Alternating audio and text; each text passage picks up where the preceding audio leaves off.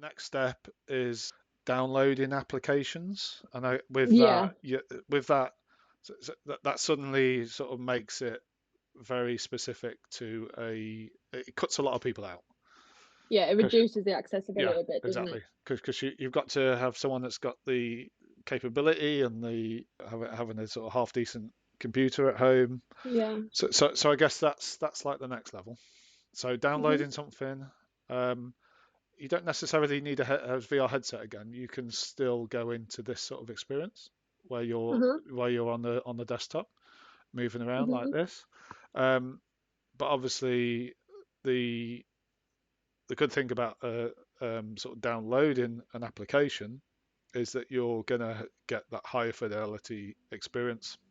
You're going to get more Okay. interactions, more sort of animations, um, more quality experience, I guess, Okay. in something that downloads, because effectively what you're doing is bringing a lot of content down onto the Mhm. local computer, so it can run from that. Where this that we're in now is all cloud based, so pretty much nothing is downloaded. It's Right. all also running from the cloud.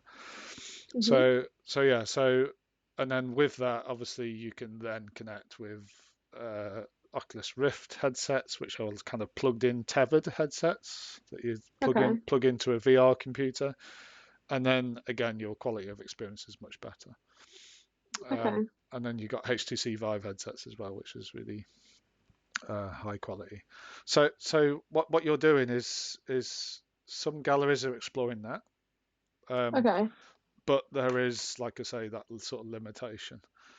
Mhm. Then you've got the next, so you've got like almost three tiers. So you've got this tier, you've got the middle Mhm. tier, which is downloading something, and then you've got the third tier, which is kind of the real high end. It's only ever gonna get people that are got a decent VR headset.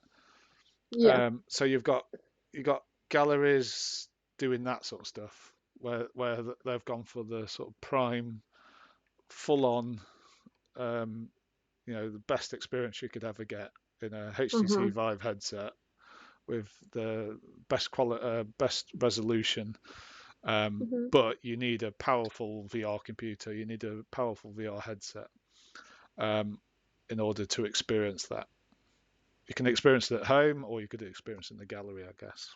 But the gallery is Right. becoming Okay. less of a because um, you can obviously go to a gallery and have a VR experience as well. Right. So I guess So there's not yeah, really need for that gallery space if. yeah. Well, I guess if you can distribute that experience in the home, then obviously yeah, Mhm. that's. But at the moment you've got some galleries doing that are fully online as a sort of application. So Okay. the Museum of Other Realities. Okay. Do you know that? Not heard of it, but I'm writing it Okay. down. So so that, can you see it? Mhm. So Museum of Other Realities is like I was saying, it's one of those really big applications that you need gigs and Uh-huh. gigs of space on your computer. You need a decent computer. You need a VR headset in order to Uh-huh. sort of experience this. Okay. So, but when you do experience it, the quality is amazing, and there's lots of hype and Oh buzz my around God. it and all Wow. that sort of stuff. Yeah. Um, but from an aesthetic point of view, um, you know, there's VR's got a very. This is why you need to be in it, I think, so you can start to sort of observe this, because I think VR's got Uh-huh. a very specific aesthetic that Right. is not everyone's taste. Mhm. And Yeah. a lot of that is dominated by the applications. So a lot of the work in Museum of Other Realities, for instance, is uh, kind of been created using 3D VR 3D programs. Okay. So, and I think this is the work I wanted to do with Daryl. You know, I wanted to work with illustration students using Uh-huh. VR and actually making work in VR. Okay, So, yeah. so I guess that's the other question for you to ask is basically, Mhm. and this is I think with galleries is basically, you know, what's the work?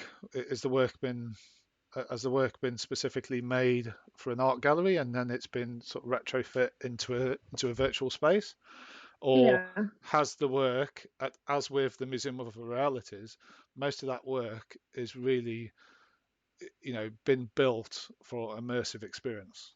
So Yeah. it's like Uh-huh. a perfect home for immersive artworks. Uh-huh. Definitely.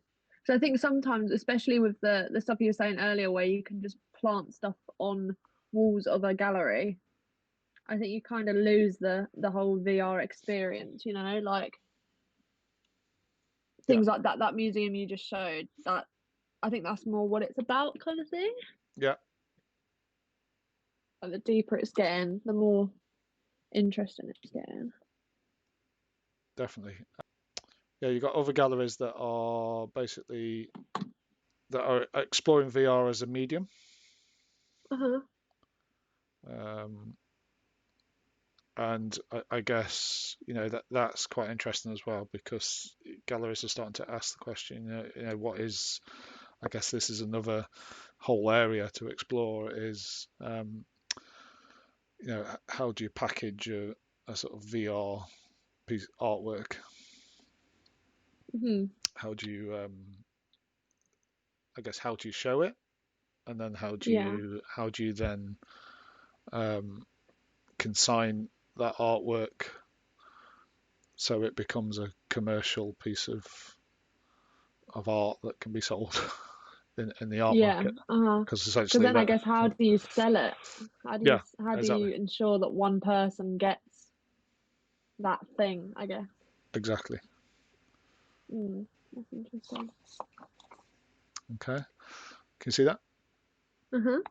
So yeah, so Gazali Art House basically did an exhibition, um, Enter Through the Headset here. Uh-huh. Um, it's really hard to sell a VR piece of artwork Yeah, I could that's imagine. made in an application like, Hmm. I don't know, Unity or Unreal Engine, because you know, it's just difficult to sort of to sell on, to pass on, basically. So basically, Uh-huh. what we did was sort of converted the artwork into a more like a 360 video. So Right, okay. it was more contained, basically. Uh-huh. And what they could do with that is just take the 360 video file and consign that as an artwork alongside the sort of the rest of the artist's work around. They had videos and all sorts of stuff. So that the 360 VR experience was part of that artwork, if you like, that was Yeah. consigned and then could be bought by a art collector or whatever. So anyway, it Uh-huh. might be worth having a look at there. There's lots of stuff on the website Oh, brilliant. around that exhibition.